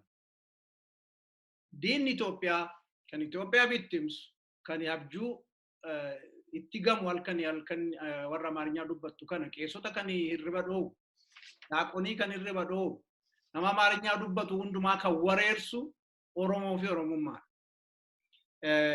Dhugaa dubbachuu fi እሱ የጋላ ሴት ያገባ እንስሳ እንዳገባ ስለሚቆጠር ኃጢአተኛ ነው ጀደ ውዳሴ ማርያምን ሳዲው ዱሩዩ ከናፊ ጫልቱንፋ ገነት ዮኪን መስከረም ዮኪን መሰረት ታኒ መቃጌ ደረተኒ አማራ ታኒ ፉ ከናፍ ጉተማን በጋሻው ተኤ መራራን ባሳዝኖ ተኤ jiramiti maqaa akkanatti geeddaratanii gara sanatti galu. Kanaafiyyuu wanni kumaanfaa sila ishiitti geeddaratu. Isa ima beekna idda empaayirittiin dhaabbattee Amaara ofiin jettu kun uummanni of wallaalte. Laali afaanumti isaanii Agaaziyaan jedha. Amma Agaaziyaan yookiin immoo maashiin hundeen isaanii maal akka ta'e uummata hin beekne Amaaraan akka hin jirre otoo beekanii yookiin Wajjame ofiin jedhu ennaas lakkaata machuma yookiin way ofiin jedhu ennaa lakkaata walloodha. Injiru Amaara waan jedhan uummata of jibbetu Oromoonuu of jibbuu qabaa jedhee Baayibilii irratti barreeffatee Oromoon iyyuu ofirraa baqachaa bahe. Galata namootii of wareeganii har'a garuu nutu anifaa maqaa koo Alamaayyoo irraa gara Rundaasaatti geeddaradheera. Argitanii mucayyoon dubbii sana dubbatte akka taphaattis akka dargaggoottis akka dhugaattis dubbatteetti. Kun immoo guraagee malee hin fuudhu. Guraaguun keessattuu warri chahaa fi namoor yookiin immoo silxeen fuudha. Tigreen iyyuu achuma keessaa amma warrumti Adwaayyuu beri warra wanniin fuudhani ber isaan dakaa. Yookiin immoo Hamaaseen amma ijoolleen Hamaaseen kun asitti Kaalifoorniyaatti wal ajjeesaniiru. Hamaaseen bira darbitee nama biraatti heerumuu dandeessu ijoolleen Eertiraa mataan ishii. Tigreen mataanii jechuudha. Kunaamaa dhiisi, Binaamir dhiisi. Tigraawum keessattuu warra Hamaaseen ol guddisee of ilaaluu fi isaan kan waliin fuudhan. Ijoolleen Adwaa ishii kan Shiree fi Andartaa hin tuffatti. So inni keenya wanni sodaadhuma sana wareeraa jiru. Garuu mee mariin keenya na hunda dubbannu warra nu dhaggeeffatan joonjessa jedheetti baay'een sodaadha. Maaliif naan jedha? Qabxiiwwan nuti kaafne irratti haasofnu baay'eedhaan babal'ataa akka qilleensa keessattiyyuu bittima. Otoo dhiphifnee ilaallee kaayyoo warra Abiyyi gaggeessu. Abiyyi mataatti ta'ee gaggeessu sana otoo hubanne ummanni keenya otoo hubatee maali kaayyoon isaanii maal gochuuf deemu? Dhuguma Rundaasaa amma gaaffiitti naa deebi'i sagantaa irratti haasofnu. Fixeen jira isa kanan sitti hima. Kaayyoo isaanii irratti hundaa waan isaan dubbatan. Sodaa Oromoo qabu kanaaf gaafiin keessa kanuma. Garuu kaayyoo Abiyyi faa bakkaan gahuudhaaf ani xumura nani karmaanan xumura bakkaan gahuudhaaf waan Abiyyi faa godhan har'a ሚኒስትሮች ምክር ቤት ባለ 17 አንቀጽና ባለ 12 ጭብጥ አስተላልፈዋል። ኦሮምኛ፣ አፋር፣ ትግርኛ የሀገሪቷ ቋንቋ ይሆናል ሲንጀ ፍንፍኔ ወደ ኦሮሚያ ተመለሳለች ጀምታ ከላምፋ ባኒ አስገረገለኒ ቶርበን ተቆንጂ ነምኒ አኩማ ዋነሳ ቀልቢንሳ ሲፈች ቢትማ ኑቲስ አጀንዳ ጀርኩኑ ከንቱረ ዳባኔ ዱባነ ማለ ብልሱማ ኦሮሞን ይራጀል ቀበ ካዮን ኦሮሞ ማለከተኤፊ ብልሱማን ገረብት ደሞ አከረጅሩ ብልሱማን ኦሮሚያ ኢምፓየር ኢትዮጵያ ከሳባይ ብልሶሙ ቀባ ከንጀሩ ሰገንታ ፊ ካዮ መታ ከኛ ለፈከየ ዱባቻ እንጀሩ ከናፍ አብይ ስማርት ደከን እንጀሩ ጉያኒ ቁጭ በሉሺ መርካቶ ከሳቲ ኑጎወምሳ ጅርቲ አጀንዳ ኑት ከንቲ ሺ ዱካ ኢያጅራ ወሉማ ገለጥ ጡመራት ከን እንጀቹ በርባዱ አካ ያደጎ ጡሙራት ከን በርባዱ አብይ አንጎራ ወጋ ሁን ትሩዳፍ ከሮራ ባፈቴ ቶክ whatever it takes sobu ajjesu hidu oromo gandaf qedan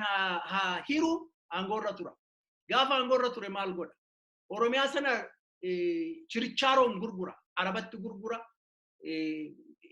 arab emirate gurgura america gurgura china gurgura biyan qabdan warri saganta kana laltan biyan qabdan naanna'ee garuu yoo jarittiin kun mootee waggaa kudhan angorra turte maaltu dhufa afageessine ilaalu sarraa miti waanni dhufaaf deemu zero sum game tarka lollee dafqinee wanyee hidhamnee reebamnee lukkicitee naanna'ee naftanyaan mo'achuurra jirteecha naftanyaan mo'attee amaarinyaan dubbisaa jirti kun abiyyi amaarinyaan nutti dubbatti oppidi'oo maqaa oromoo baattellee hin bittimsite kana yaadachuun nurra jira waggaa lama ton gayin oromoo dimokiraatik paartii jedhullee hin bittimsite warra shii angorra kaayeyyuu qobaatti ciimsitee gatte dubartoota oromoo iyyuu kan akka xayyibaa faa kan akka eenyu abeebee faa kana hunda isaanii iddoo sanaa kaafte ariiteetti amaaratu ariisisaa jira so naftanyaan inni kun abiyyi jala taa'ee halkanii guyyaa kan inni ittimu karaa oromoon ittiin badu karaa afaan isaatti hin badu karaa aadaan isaatti hin badu karaa oromiyaan jeeqamee industrial zone jedhamee irratti ijaaramee oromoon addaan citee west east eessatti addaan citee xaqlaa gizaatii amma abiyyi footoo baastee nutti ergite sanarra taa'u sanarratti deemna kanaaf ajandaa ijoolleen quccibaluun nutti kennitu kana kolkolleen karabaataa hidhattee markaatoodhaan yaatee nu gowwoomsitu kana fudhannee innaa hunda ummata keenya joonjessumannaa bilisummaan oromoo garam ta'uu qaba akkamitti lolannaa akkamitti iyyuu qabsoo keenyatti deemna kan jedhutti deebi'uun nurra jira kanumaanan fixa. If mute gooteerta. Tole galatoomii. Ayyee bareeda gaafii gaarii kaaftee waa'ee intaloo bilisummaa jedhaniin sanii an kan hedduu na dhibaa jiru wannummaan Oromoo kana akkamitti akka barni ishuu tahee Amaara akkanatti naanneessee olii gad utaalchisaa na dhibaa jira. Oromoonuu masaraa keessatti waloloo Gannat Kibrat maali Daani'el Kibrat itti kanne dubbiftee miciyyoon intaloon hoggaa dubbiftu Abii dabalatee harka dhawaa ture Oromoo yeroo xiqqeessitu. Miciyyoon tun amma fagaattu nuti nama aadaa kiyya beeku afaan kiyya beekuun heerumaa jette. Oromoonis namoonni kaan dhiirtinis akkasumatti yoo wanni jettee wannummaan gartee aadaa keenyaa fi aadaa afaan keenya if tuffachiisuuf nuuf hin jirru keenya nuti ifumaa wal haalaalluu kan jedhu dubbatti. What is wrong with that? Addunyaa hundarratti waan jiraatiif akkuma reefu Rundaasaan jedhetti kanneen achi keessatti kan ifii malee hin heerumne hedduutu jira. Inumaa hooda bakka itti ta'etu jira kan saba isaanii malee saba biroo heerumuun yookaan immoo walinuu jiraachuun. So kun maali rakkoon fuudhanii amma waan takka dhagayaa ture gartee akkaataa isaan itti jaanillee barbaadu dubbachuun barbaadu.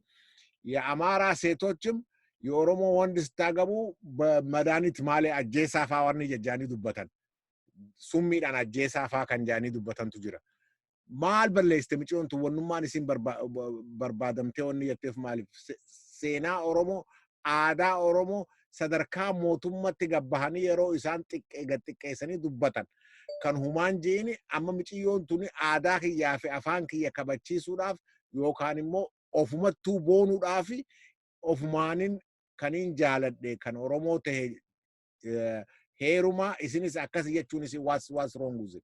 I don't see anything wrong with that. Ana kan laalee harkutti. Ammoo miidiyaa OMN irratti ka'uun isaaniitis hedduu waan nama ajaa'ibsaati. Maaliif wanni kun laayivii waan dabraa tureef jecha laayivii yeroo sanitti yoo katii goote dhaabbate jechuudha. Ammoo waan gartee sila kan waraabamee dabaruu taate waan takka edit illee godhuun numa danda'ama ture. Laayivii waan dabraa wanni miidiyaan itti gaafatu maali? Kana gartee jarri nama gartee halkanii guyyaa miidiyaadhuma Oromoo kana jala hordofee kaani dinniina kannu kaan immoo gartee akkana jettan jaanii gartee waa takka yakkuun eessaa dhufee kan jiru kun kan nama agarsiisu tokkoffaa baroota dheeraadha erga Oromoon gartee gabroomteen achi ummanni Oromoodha miidiyaadhuma gartee qabatamaa isaanii dhaabbatu dhabuu isaanii ammallee akkasumatti gartee akkasan mirkanaa'u kan barbaadan jeetiin yaada gama kiyyaanii kun immoo wanni arkaa jirra amma Daani'el Kibrat kana boordii san keessa akka filmaatatti dhiyeessuun kunu nama agarsiisa maal akka yaadaa jiru already arkaa jirra jechuudha. Miidiyaa mootummaa irratti akka boordiitti gartee itti gaafatamaa osoo hin ta'in dabalamaa ta'e inni filamuun isaa miidiyaalee biroo irratti dhiibbaa akkam akka qabaachuu danda'u arkaa jirra jechuudha. So kuni ani hedduu na yaachisaa wanni tokko inni asirratti maayyii irratti jechuu barbaadu dhaamsa kiyya kuni hamma fedhe ummata Oromoo hidhu ajjeesu hiraarsu miliyoona tokko guutuu fixuu hiraarsu hidhuu hin danda'u. Ummanni Oromoodha maayyii irratti mirga isaa akka gonfatu abdii guutuudhaan qaba.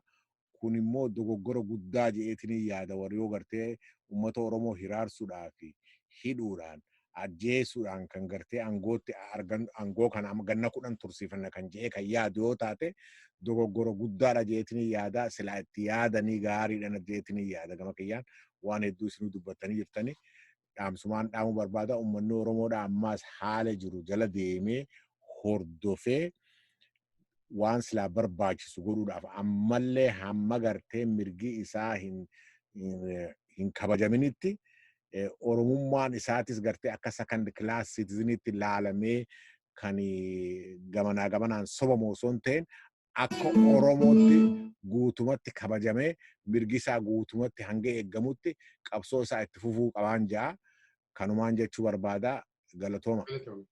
Obbo Raggaasa.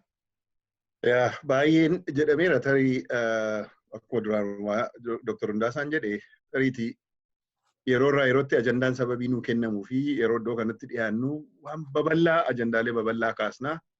Kun immoo sababii malee miti ajandaa sababii isaan nuu kennaniif duwwaatu hin ta'ini waan mootummaan kun gochaa jiru waan inni waliin rukutaa jiru kana lakkisii argaa jira dhaabadhu jechuudhaaf bakka baay'ee tuttuquun dirqama nuti ta'a jechuudha. Uummati keenyas kana hubatee garuu kooriin inni guddaan kanaan kan nu ga'e jijjiirama dhufe jedhamu kana warri jijjiirama kana fide warri itti dhiige warri lubbuu itti kaffalee fi warri qaama itti hirrate alatti hafeetu cululleen isaan jedhan sun dhuftee fudhattee allayyaatti biyya kana oofaa jirti sababii ta'eef ummati Oromoo qofaa qabsaa'ota Oromoo qabsaa'ota adda bilisummaa Oromoo qabsaa'ota KFO keessaa hidhaman akka hin irraanfanne isa kana ajandaa godhamillee gara fuulduraatti itti deebina.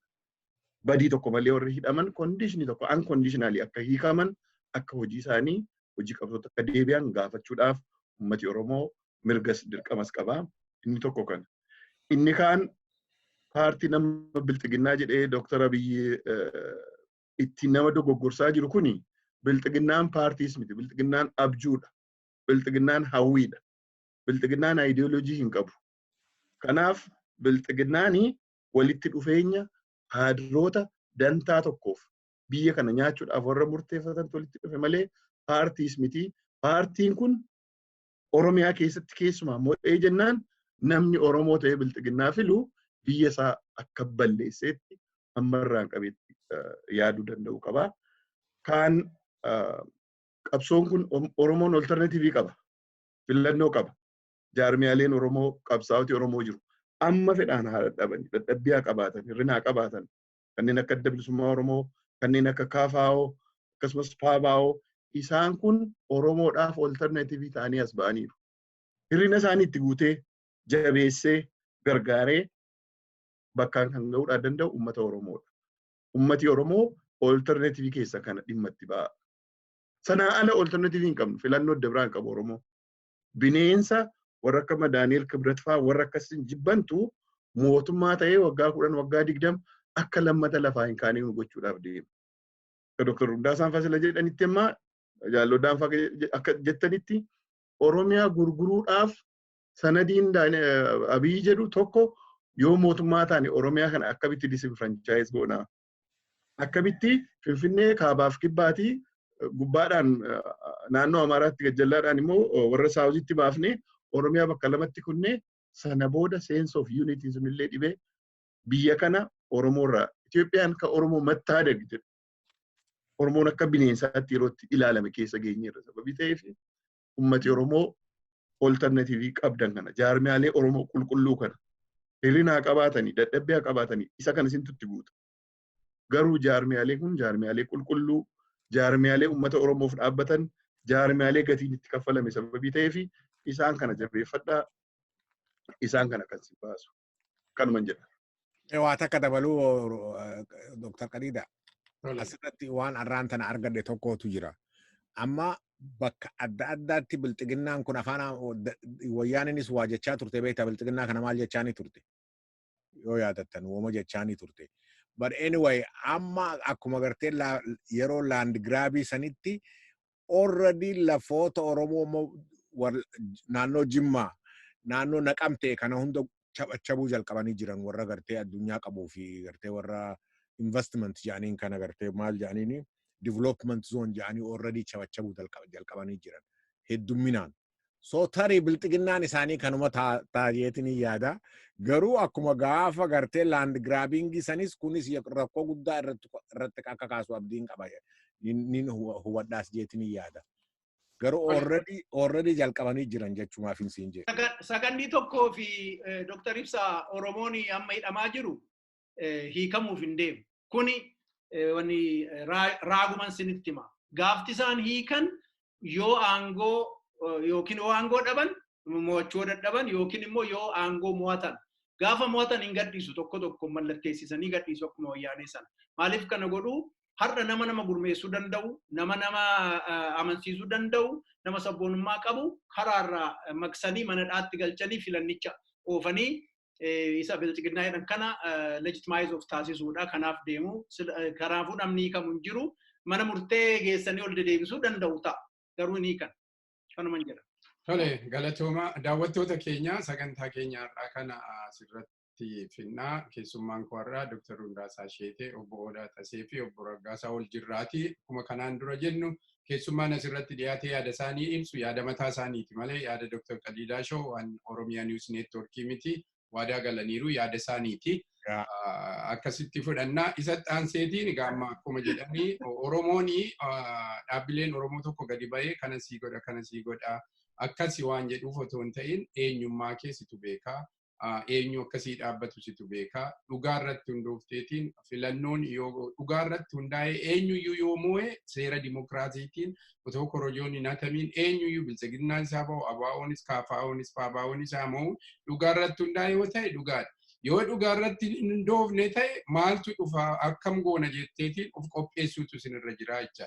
Akka kanaan duraa suni korojoon hatamee humnaan seera nafxanyaa jala si bulchina yoo jedhe uummanni Oromoo amma tokkummaa isaa jabeessee of qopheessuutu irra jira jenna. Isatti aaneetis immoo miidiyaa Oromoo adda addaa OMNs Oromiyaa Miidiyaa Neetwoork akkasumas ONN Oromiyaa Niwus Neetwoorkii ugguruudhaaf sodaachisuuni seera ammallee mootummaan sun xinnoollee haa ta'u ajaja irratti qabu karaa seeraa dhaabbate sun gara illeegaalitiin malee miidiyaa kana dhaabuudhaaf hin danda'u mootummaan sun. Gara biraatti nu dhiibaniitiin malee miidiyaa Oromoo jiru kana dhaabuudhaaf hin deemanii dhaabuus hin dandahanii.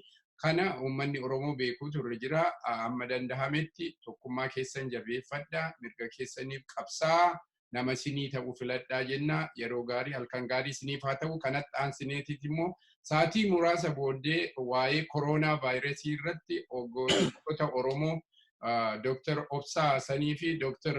Sintaayyoo Badhaanee isinii dhiyeessina nu hordofaa waan tokkummaa waan gochuun isinirra jiru akka biyya suniitti humna biyya suniitti barumsa isinii kennu ONN hordofaan jedha yeroo gaarii halkan gaarii isiniif haa ta'u galatooma hundi keessan. Galatooma. Galatooma Dr. Qadiidaa.